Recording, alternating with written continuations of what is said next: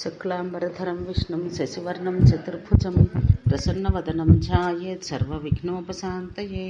అందరికీ నమస్కారం అండి. ఈ రోజు నుంచి మనం లింగ మహాపురాణం అష్టాదశ పురాణాల్లోదైన ఒక పురాణాన్ని గురించి చదువుకుందాం. శ్రీలింగ మహాపురాణం విశేషాలు. భారతీయ ధార్మిక సాహిత్యంలో మహాపురాణాలు విశిష్ట స్థానాన్ని ఆక్రమిస్తున్నాయి అనడంలో ఎలాంటి సందేహము లేదు. పురాణాలు అష్టాదశ అని నిర్ధారించిన అంతకంటే ఎక్కువ సంఖ్యలోనే ఉన్నాయి. ఈ 18 కాక ఇంకా ఉపపురాణాలు, ఔపపురాణాలు, ఉపోపపురాణాలు ఉన్నాయి. ఇవన్నీ సౌకర్యంగా పరిశీలిస్తే భారతీయ సంస్కృతి విశ్వరూపం దర్శనమవుతుంది. యత్రాగ్ని లింగ మధ్యస్థ ప్రాహదేవో మహేశ్వర ధర్మార్థ కామ మోక్షార్థమాగ్నేయమధికృత్య చ కల్పాంతే లింగమిత్యుక్తం పురాణం బ్రహ్మణా స్వయం తదేకాదశ సాహస్రం పరమాహాత్మ్య సూచకం. మహేశ్వరుడుకు పరమశివుడు ఆగ్నేయ కల్పమందు అగ్నిలింగమందుండి ధర్మార్థ కామ మోక్షాలను చతుర్విధ పురుషార్థ ప్రాప్తికై తెలిపిన సాధన రూపమే లింగ పురాణం. ఇదే విషయం నారద పురాణంలో మరికొంత విపులంగా శృణవత్స ప్రక్ష్యామి పురాణం లింగ సంజ్ఞోతం పఠతాం శృణ్వతాం చైవ భక్తిముక్తి ప్రదాయకం యచ్చ లింగాభిధే తిష్టన్ వహ్నిలింగే హరోభ్యధాత్ మహ్యం ధర్మాది సిద్ధ్యర్థమగ్నికల్ప కథాశ్రయం తదేవ వ్యాసదేవేన భాగద్వయ సమాచితం. పురాణం లింగముదితం వహ్నాఖ్యాన విచిత్రతం తదేకాశ సాహస్రం హరమహాత్మ్య సూచకం పరసర్వ పురాణాం సారభూతం జగత్రయే పురాణోపక్రమే ప్రశ్న సృష్టి సంక్షేపతః పురాః.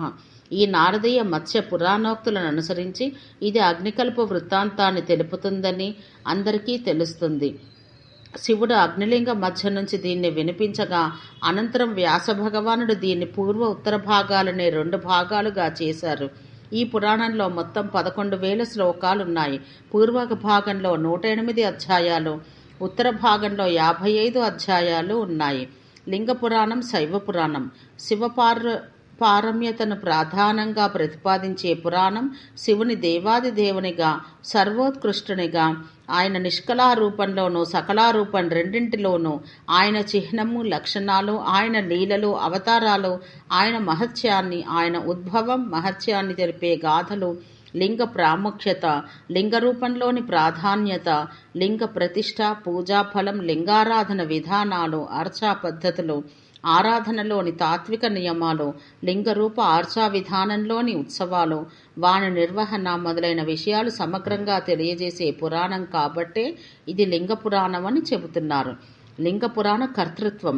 మత్స్య నారద పురాణాల్లో చెప్పబడ్డ విషయాల ప్రకారం ఈ పురాణం అగ్నికల్పంలో అగ్నిలింగ మధ్య నుండి పరమశివుడు తెలిపినట్లుగాను తర్వాత వ్యాస భగవానుడు దీన్ని రచించాడని తెలుస్తున్నది. కానీ భవిష్య పురాణాన్ని అనుసరించి వివిధ పురాణాలకు వివిధ కర్తలున్నారని తెలుస్తున్నది. ఆ పురాణాన్ని అనుసరించి లింగ పురాణం తండి మహర్షి చేత కూర్చబడింది. అయితే ఈ పురాణంలోని అంతర్గత సాక్ష్యం ప్రకారం భవిష్య పురాణంలో చెప్పబడ్డ విషయం సరికాదని తెలుస్తుంది. ప్రస్తుత పురాణ ప్రామాణికత. ప్రస్తుతం లభ్యమవుతున్న లింగ పురాణం అగ్నికల్పంలో పరమశివుడు లింగ మధ్యంలో బ్రహ్మకు ఉపదేశించింది కాదని, అది అనేక మార్పులు చేర్పులకు గురి అయినట్టుదని పురాణ పండితులు తెలుపుతున్నారు. పూర్వార్ధ ఉత్తరార్ధాలుగా విభజించబడిన ఈ పురాణం శివపూజ ప్రధాన విషయంగా కలిగినట్టినది. ఈ పురాణం శైవ సంబంధ వ్రతాలు, అనుష్ఠానాలను తెలియజేయడంలో చాలా ఉపయోగకరమైనది. శివలింగ చరిత్రం గురించి వివరించారు కాబట్టి దీని పేరు లింగ పురాణం అయిందని అంటారు. బౌద్ధ ధర్మం ప్రాబల్యం తగ్గి బ్రాహ్మణ ధర్మం అభివృద్ధి పొందుతున్న సమయంలో ఈ పురాణం కొంత సంస్కరించబడినట్టు భావించారు. ఆధునిక పురాణ పండితులు మహాపురాణాలను కొన్ని వర్గాలుగా విభజించారు. ఆ వర్గీకరణ పురాణం శైవ విషయ పురాణాలు, శివ భవిష్య మార్కండేయ లింగ వరాహ స్కంద మత్స్య కూర్మ వామన బ్రహ్మాండములు. వైష్ణవ విషయక పురాణాలు విష్ణు భాగవత నారద గరుడ పురాణాలు. బ్రహ్మ విషయక పురాణాలు బ్రహ్మ పద్మ. సవితృ విషయక పురాణాలు బ్రహ్మ వైవర్త పురాణం. ఆగ్నేయ విషయక పురాణాలు అగ్ని పురాణం. ఈ వర్గీకరణ శివరహస్య ఖండం సంభవకాండలో తెలుపబడింది. ఇంకొక వర్గీకరణ ప్రకారం విజ్ఞాన కోశీయ పురాణాలు అగ్ని, గరుడ, నారద. తీర్థ సంబంధ పురాణాలు పద్మ, స్కంద, భవిష్య. సాంప్రదాయిక విషయక పురాణాలు లింగ, వామన, మార్కండేయ. ఐతిహాసిక విషయ పురాణాలు వాయు, బ్రహ్మాండ పురాణాలు. శివభక్తి మహిమను చాటి చెప్పే ఒక కథ ఇలా ఉన్నది ఈ పురాణంలో. పూర్వం ఒక కొండ గుహలో శ్వేతుడనే ముని ఉండేవాడు. శివారాధనే తన జీవిత లక్ష్యంగా పెట్టుకున్న భక్తాగ్రేసరుడు నమ్మక చమకాది మంత్రాలతోనూ స్తోత్రాలతోనూ సర్వదా శివుణ్ణి కొలుస్తూ ఉండేవాడు. ఇలా ఉండగా ఆయువు నిండిన ఇతన్ని తీసుకెళ్లడానికి ఒకనాడు యమధర్మరాజు వచ్చాడు. ఆ సమయంలో శివపూజలో ఉన్నాడు శ్వేతముని. నీ ఆయువు తీరింది, శివపూజ వల్ల నీకు ఒరిగేదేమీ లేదు. బ్రహ్మ విష్ణు మహేశ్వరులెవ్వరూ నిన్ను రక్షించలేరు. ఆలస్యం చెయ్యక నాతో రా అంటాడు యముడు. శంకర, మహాదేవ, హరహర, ఈ మృత్యుపాసం నుండి నన్ను తప్పించని బిగ్గరగా అరిచాడు ముని.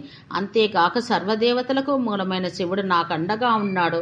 నీవు నన్నేమీ చెయ్యలేవు, వెంటనే నీ దారిన వెళ్ళు అన్నాడు. ఈ మాటలు విన్న యముడు పట్టరాని కోపంతో తన పాశంతో ఆ మునీశ్వరుని బంధించాడు. ఏడి నీ శివుడు, ఏమైంది నీ శివ పూజ? శివుడు ఈ లింగంలో ఉన్నాడా, మరి బయటికి రాడేమి అని పరిహసించాడు. అంతే పార్వతి, నంది మొదలైన తన సకల గణాలతో ప్రత్యక్షమయ్యాడు. భక్తాభీష్ట ప్రదాత మహాదేవుడు. భయకంపితుడయ్యాడు యమధర్మరాజు. చేయగలిగిందేమీ లేక మునిని శరణ కోరాడు. శివుని స్తోత్రం చేశాడు. శాంతించాడు శివుడు. మునికి మృత్యువు తప్పింది. అతని కోరికలన్నీ పూర్తి చేశాడు గిరిజాపతి. విమల భక్తిదాయకమైనది ఈ చిన్న కథ. కాశీక్షేత్ర మహత్య వర్ణన సమయంలో యథా మోక్షమవాప్నోతి అన్యత్ర చ తథా క్వచిత్ కామం హ్యత్ర మృతో దేవి జంతుర్మోక్షాయ కల్పతే కామం భుంజన్ స్వపన్ క్రీడన్ కుర్వన్ హి వివిధాః క్రియాః అవిముక్తే త్యజ్యేత్ ప్రాణాన్ జంతుర్మోక్షాయే కల్పతే. ఇతర క్షేత్రాల్లో ఎక్కడా లభ్యం కాని వారికి సైతం కాశీ క్షేత్రంలో మోక్షం లభిస్తుంది. ఈ క్షేత్రంలో మరణించిన ప్రతి జీవి మోక్షానికి అర్హుడే. భోజన సమయంలో, నిద్రలో, ఆటలో, ఏ అవస్థలో మరణించినా మోక్షమిస్తుంది ఈ క్షేత్రం. అష్టదిక్పాలకుల్లో ఇంద్రుని నగరం అమరావతి. ఈ విషయం సాధారణంగా అందరికీ తెలిసిందే. మరి ఇతర దిక్పాలకుల నగరాలేవి? తేజస్విని, వైవస్వతి, కృష్ణవర్ణ, శుద్ధవతి, గంధవతి, అలక, యశోవతి అని ఈ నగరాల పేర్లు. లింగ పురాణంలో వీటి వివరణ ఉంది. శివపూజ మహత్యాన్ని తెలియజేసే మరో కథ. వశిష్ఠ మహర్షికి శక్తి మొదలైన 9 కొడుకులున్నారు. ఒక శాప కారణంగా రుధిరుడనే రాక్షసుడు వీళ్ళందరినీ భక్షించాడు. ఈ దుర్వార్త విన్న అరుంధతి వశిష్ఠులు పుత్రశోకం భరించలేకపోయారు. 9 కొడుకులు ఒకేసారి మృత్యువు పాలవ్వడంతో వంశం మొత్తం నాశనమైందని ఎంతో బాధకు లోనయ్యారు. ఆత్మహత్యకు సిద్ధపడి కొండ మీద నుంచి దూకారు. కానీ భూదేవి వారిని తన ఒడిలోకి తీసుకుంది. ఆత్మహత్యా ప్రయత్నం నుంచి విరమింపజేసింది. అదే సమయంలో వశిష్ఠుని పెద్ద కోడలు అదృశ్యంతి అక్కడికి వచ్చింది. మహాశయ, నా గర్భంలో పెరుగుతున్న నీ మనవడి కోసమైనా మీరు బ్రతకాలి. నాకు ధైర్యం చెప్పాల్సిన మీరే ఇలా చెయ్యడం యుక్తం కాదని ప్రార్థించింది. అరుంధతి ఆమెను లేవనెత్తింది, ఓదార్చింది. అప్పుడు మహావిష్ణువు ఆకాశం నుండి, మహర్షి, శక్తి కుమారుడకు నీ మనవడు నాతో సమానుడు కాగలడు. శివపూజా పరాయణుడవుతాడు. శివుని ప్రభావంతో నీ వంశం ఉద్ధరించబడుతుందని పలికి అదృశ్యమయ్యాడు. భర్త లేని బ్రతుకు నిరర్థకం. జీవితంపై ఎంతో విరక్తురాలైంది అదృశ్యంతి. అయితే అత్తమామల కోసం, పుట్టబోయే కొడుకు కోసం బ్రతకాలనే నిర్ణయించుకుంది. ఒక శుభముహూర్తంలో పుత్రోదయమైంది. ఆ పుత్రుడే పరాశరుడు. తనకు కొడుకు పుట్టాడన్న శుభవార్త తెలిసి పరలోకంలో ఉన్న శక్తి మహర్షి ఎంతో సంబరపడ్డాడు. ఈ వార్తను తన సోదరులందరికీ తెలియజేసి వారితో సంతోషం పంచుకున్నాడు. వశిష్ఠాశ్రమంలోని మునుల ఆనందానికి అవధుల్లేవు. తన కొడుకును చూసుకుని ఆనందించింది ఆ తల్లి. అదే సమయంలో భర్తను తలుచుకుని బాధను దిగమింగుకుంది. తన చిరంజీవిని జాగ్రత్తగా పెంచుతోంది అదృశ్యంతి. పెద్దవాడవుతున్నాడు కొడుకు. పసుపు కుంకుమలో మాంగళ్యం లేని తల్లిని చూస్తున్నాడు. ఒకరోజు తన తండ్రి గురించి అడిగాడు ఆ తల్లిని. సమాధానం చెప్పలేదామె. మళ్ళీ అడిగాడు. తప్పలేదిక. రాక్షసునికి ఆహారమైన విషయం చెప్పింది. కోపంతో ఎర్రబడ్డాడు పరాశరుడు. సృష్టిలో రాక్షసుడే లేకుండా చేయగలనని భయంకరంగా ప్రతిజ్ఞ చేశాడు. క్షణాల్లో ఒక మట్టి లింగాన్ని తయారు చేశాడు. శివసూక్తంతో నిష్ఠతో లింగార్చన చేశాడు. శివుడు సపరివారంగా ప్రత్యక్షమయ్యాడు. ఏం కావాలో కోరుకోమన్నాడు. తన తండ్రి పినతండ్రులను చూడదలిచినట్టు కోరాడు పరాశరుడు. శివానుగ్రహంతో పరలోకంలో ఉన్న వారిని చూడగలిగాడు. అదేవిధంగా శక్తి కూడా తన తల్లిదండ్రులను భార్యను చూశాడు. ఇదంతా శివపూజా ఫలం. సకల లోకానుగ్రహకారకుడైన చంద్రశేఖరుణ్ణి సదా పూజింపకోరాడు. శక్తి తన కొడుకుతో సర్వేశ్వరుడు తన పని ముగించుకొని వెళ్ళిపోయాడు. తన మంత్ర ప్రభావంతో సకల రాక్షస సంహారం చేయబోయిన పరాశరుణ్ణి ఆపగలిగాడు తాత వశిష్ఠుడు. క్రోధం తగదని శాప ప్రభావంతో నీ తండ్రులు మరణించారని వారించాడైన రాక్షసుల నిమిత్తం మాత్రమేనని శాంతింపచేశాడు. తాత పట్ల గౌరవంతో తన ప్రయత్నం విరమించాడు పరాశరుడు. ఇందుకు సంతోషించిన పులస్య బ్రహ్మ, పరాశర, సకల శాస్త్రజ్ఞుడవు కాగలవు నీవు. నీకు పుట్టబోయే కొడుకు పురాణకర్త కాగలడు అని ఆశీర్వదించాడు. ఆ పరాశర పుత్రుడే వ్యాస మహర్షి. ఈ విధంగా శివపూజా మహత్యాన్ని తెలియజేస్తున్నది ఈ కథ. య పటే శృణుయాద్వాపి లైంగం పాపహరం నరః సభుక్త భోగే లోకేస్మిన్ అంతే శివపురం వ్రజేత్. ఈ పురాణం వినేవారు, చదివేవారు సకల భోగాలు అనుభవిస్తారు. వారి పాపాలన్నీ దూరమవుతాయి. చివర్లో కైలాసం చేరుకోగలరు. శివలింగ చరిత్రం గురించి వివరించడం జరిగింది. లింగ పురాణంలో శివలింగ పూజ వర్ణన హృదయంగమంగా చెప్పబడింది. శివుని ద్వారా సృష్టి ఆవిర్భావం చెందింది. స్కాంద పురాణంలోని రేవాఖండం, భాగవతం, మత్స్య, నారద పురాణాలు, బ్రహ్మవైవర్త పురాణానుసారం ఇది పురాణాల్లో 11వ స్థానం. సాంప్రదాయజ్ఞుల చేతివాటంతో ఇందులో కొన్ని ప్రక్షిప్తాలుగా చేరిన శ్లోకాలను తీసివేస్తే లింగ పురాణం ప్రాచీన రూపం కంటికి కట్టగలదు. ఇందులో ఉండే వివిధ వృత్తాంతాలను విడివిడిగా మార్చి అరుణాచల మహత్యం, పంచాక్షర మహత్యం, రుద్రాక్ష మహత్యం, నామ సహస్రనామం వంటి విడి పుస్తకాలుగా కూర్చడం జరిగింది. అనేక బాహ్య ఆంతరంగిక ప్రమాణాలను బట్టి ఈ పురాణం అష్టమ నవమ శతాబ్దాలకు సంబంధించి ఉంటుందని విమర్శకులకి అభిప్రాయం. పురాణ పురుషుడు నారాయణుడు. అష్టాదశ పురాణాలు నారాయణుడైన శ్రీ మహావిష్ణువు యొక్క శరీరంగానే భావించబడింది. నారాయణుడు పురాణ పురుషుడు అని భావించడం సమర్థనీయమే కదా. అందుచేత ఆ పురాణ పురుషుని అష్టాదశ పురాణ మూలమూర్తిగా భావిస్తారు. ఈ విషయం పద్మపురాణం ఆదిఖండంలో చెప్పబడింది. విష్ణువు యొక్క వివిధ అవయవాలు వివిధ పురాణాలుగా భావించబడ్డాయి. అప్పుడు మొత్తం అష్టాదశ పురాణాలు ఆయన స్వరూపమే అవుతుంది.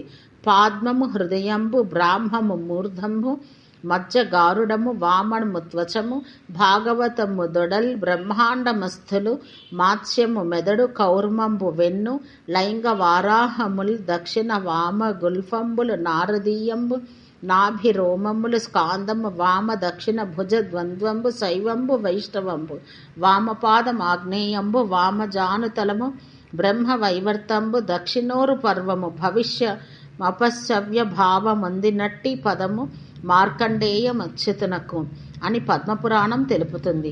దీన్ని అనుసరించి పురాణ పురుషుడైన నారాయణుని అవయవాలతో వివిధ పురాణాలు ఏకీభవిస్తాయి. ఈ విషయాన్ని అనుసరించి లైంగ్యము లేక లింగ పురాణం పురాణ పురుషుని గుల్ఫము లేక కుడి చీలమండ. లింగ మహాపురాణం 7వ శతాబ్దం నుంచే ప్రచారంలో ఉంది. అష్టాదశ పురాణాలను తెలుగులోకి తీసుకుని రావాలని భావించి అందుకు విశేష కృషి చేశారు. ప్రధాన లింగమాఖ్యాతం లింగీచ పరమేశ్వర ప్రాక్ కథనం. దేవాదిదేవుడైన శంకర భగవానుని మహిమా వృత్తాంతాలతో నిండి ఉన్న లింగ పురాణం అష్టాదశ పురాణాల్లో విశేష మహత్వం కలవాటిలో ఒకటి. ఈ మహాపురాణమందు భూత భావనుడు పరమ దయామూర్తి అయిన శంకరదేవుని జ్యోతిర్లింగోద్భవ పరమ పావన వృత్తాంతం కథనం సుదీర్ఘంగా చెప్పబడింది. ఈ పురాణమందు ఈశాన కల్ప వృత్తాంతం సంపూర్ణంగా సర్గ ప్రతిసర్గ విసర్గాది దశ లక్షణాలు కూడి ఉండి లోక కళ్యాణ వృత్తాంతం తెలియజేయబడింది. అష్టాదశ పురాణాల సంఖ్యను వివరించే సమయాన నారద పురాణమందు ఈ పురాణం 11వదిగా తెలియజేయబడింది. నారద పురాణం యొక్క 102వ అధ్యాయమందు లింగ మహాపురాణ విషయ సూచిక ఇవ్వబడింది. వేదవ్యాస భగవానుని చే రచింపబడిన ఈ గ్రంథమందు మొదటగా యోగం గురించి ఆఖ్యానం, పిమ్మట కల్పాఖ్యానంలో వివరించబడ్డాయి.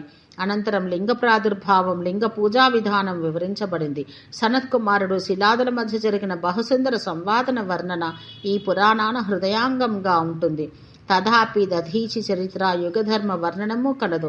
అటు పిమ్మట ఆదిసర్గమును గురించిన విస్తార కథనం త్రిపురాఖ్యానం ఉంది. ఈ భాగంలో లింగ ప్రతిష్ఠ, పశుపాస విమోచనం, విశ్వవ్రతం, సదాచార నిరూపణం, ప్రాయశ్చిత్తం, అరిష్టకాశి, శ్రీశైల వర్ణనలు కలవు.